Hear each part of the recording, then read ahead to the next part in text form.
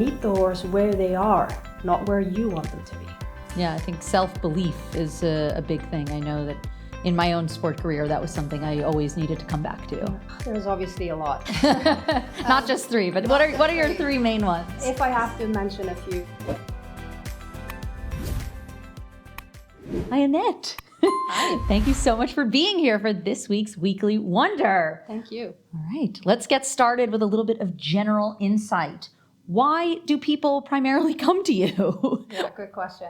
At this stage in my career, I have actually a lot of people who are performing already really well. So they ride at top level and they just want to do better. They know somewhere deep down that there is more in there and they want consistency. That's usually the word they use. Okay. And in order to create that, what I work on with them is consistency across the board, because many riders just focus on the riding. And these riders, they are very good at that. However, how do we create consistency? Well, to be consistent in everything we do. Yeah. Right? And so that expands into day-to-day life, the details, and that's what we look at. Do you think that that's something that is that the thing that you find that they struggle with the most? Or is that something that they think they struggle with, but in the end, it's a little bit different? Well, a lot of these riders, they're extremely committed to being their best when it comes to riding in the ring. However, when it comes to riding at home, and actually beyond that, the stuff they do elsewhere, they are not always as consistent. Right? So that really comes down to small details, but how you focus you are, on time you are, connected to yourself, that really plays a big role. Now, that might seem like a little far-fetched sometimes, but when you look at the top level, that is what's required. And being able to focus the whole way around in the ring, that means you need to practice that way more at home. And we often think we're focused, but if you really start observing yourself and you look at where your mind goes when you're just training your horses at home, if you ride 6, 7, 8 horses a day or more, yeah, at some point by the 8th horse, your mind wanders a lot, right? For sure. So focus wanders. It does. And for some, it's, their emotions take over. For others, it's some doubt creeps in at times. Being able to really stay in trust and keep coming back to actually the things that work for you. We tend to overcomplicate. Many of the clients that I work with, they have incredible work ethic. They are very powerful already.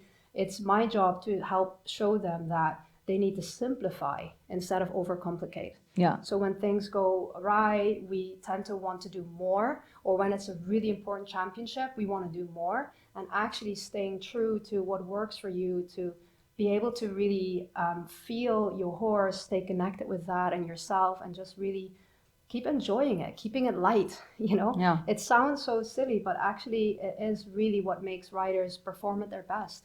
Yeah, I think people easily get into their head and then you get into this cycle. Yes. So what happens, what is your number one tip to tell people when they do have a bad round or something doesn't go well? What would you tell them as your best advice to say, hey, this is a way to kind of get you out of that rut maybe that you're in, or had a bad round and you mentally want to get into a better place? Mm-hmm. First of all, I think if you as a baseline know how your mind works and where it goes off to and what your triggers are, you are more likely to be able to detect that when things go wrong, right? Yeah. So awareness, noticing, that's really where it starts. So that is why I very much believe that we all should invest in some sort of personal development to really understand yourself, know what works for you, also know what's going on in your own mind, in your own body. So that's one. There's obviously tons of tools out there, but I actually spoke to Rodrigo Pessoa earlier today doing an interview for Inside the Mind, and he told me, I've had many failures, many setbacks in my career, and one of them being in Sydney, he mentioned a particular, setback that felt really, really harsh for him. Mm-hmm. He called it, hitting rock bottom. Yeah, that's really tough. there is a lot that goes on internally. And at the end of the day, it's also then to pick yourself back up and keep going. You know, I can give you all the tools you like, but you know, you have to keep going. Yeah. And being able to then to get back to trust, get back to that place within you that says you do know what you're doing. Keep trusting that, because you start doubting yourself, and that's very common, and that is normal at any level, trust me. However, it's those who then dare to step back into that trust again, connect with that again, and keep going and focus on the things that really matter. They're the ones that ultimately succeed. Yeah, I think self-belief is a big thing. I know that in my own sport career, that was something I always needed to come back to. Yeah. And I think a lot of the top riders somehow dig deep and find that. That's it. And it's something you can cultivate, self-belief. You know, it's not something that is, you know, like even, or for some, that's something they really have to work on. But, you know, again, that's why you want to invest in that, like anything else. Yeah. And in your work with these different athletes, is your approach always the same? Do you change your approach of how you treat each sort of mental case as far as, you know, this rider needs this? Is it a similar thing, or do you actually try to adapt your system? The basics are the same, like your flat work, right? You don't want to change that. But how I approach each rider is just like with your horse. You have different horses. You have your basics, but then you approach each horse, or in my case, each rider, the way they need me to be. I have learned over time that if I want to approach everyone the same, it doesn't work, right? So for some, it's just saying half a word and they got it and they're off with it, you know? Yeah. And for others, it's just repetition and repetition. And that is my job, to not get into judgment, or, you know, I keep looking at the best version of them. That's who I coach, always. And that's also what I've learned the riders want to do, to keep tuning into the best version of their horses. Yeah. It's sometimes easy to get, you know, into the behavior of a horse, right?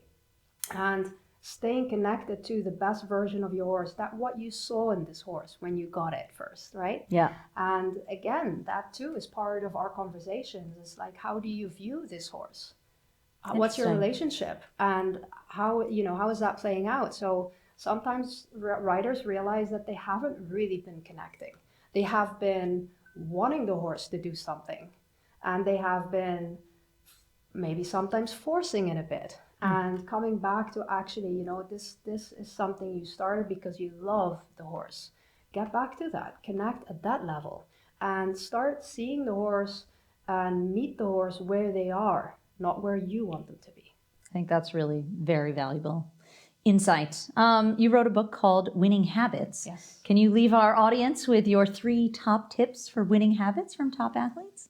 There's obviously a lot. Not just 3, but what are your 3 main ones? If I have to mention a few, I would say deliberate training is really key. And when I talk to the top riders, what always strikes me is their focus on being really deliberate with what they do, constantly looking at what does the horse need, what's required here, and they adjust.